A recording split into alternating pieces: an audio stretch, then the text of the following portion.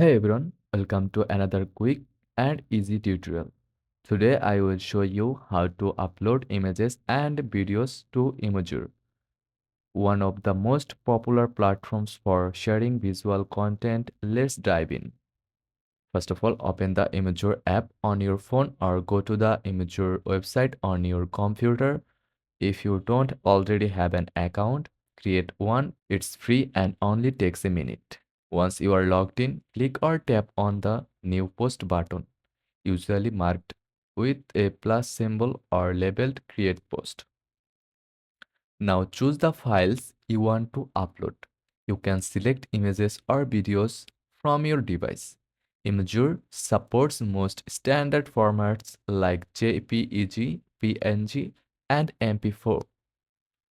After uploading, add a catchy title for your image or video. You can also include a description or tag to make your post more discoverable. Choose your privacy settings. Public posts are visible to everyone. Hidden posts require the direct link, and private posts are only accessible to you. Finally, hit post or upload, and your image or video will be live on Imgur. You can share the link directly with friends or post it on other platforms. And that's it. You have successfully uploaded your content to Imgur.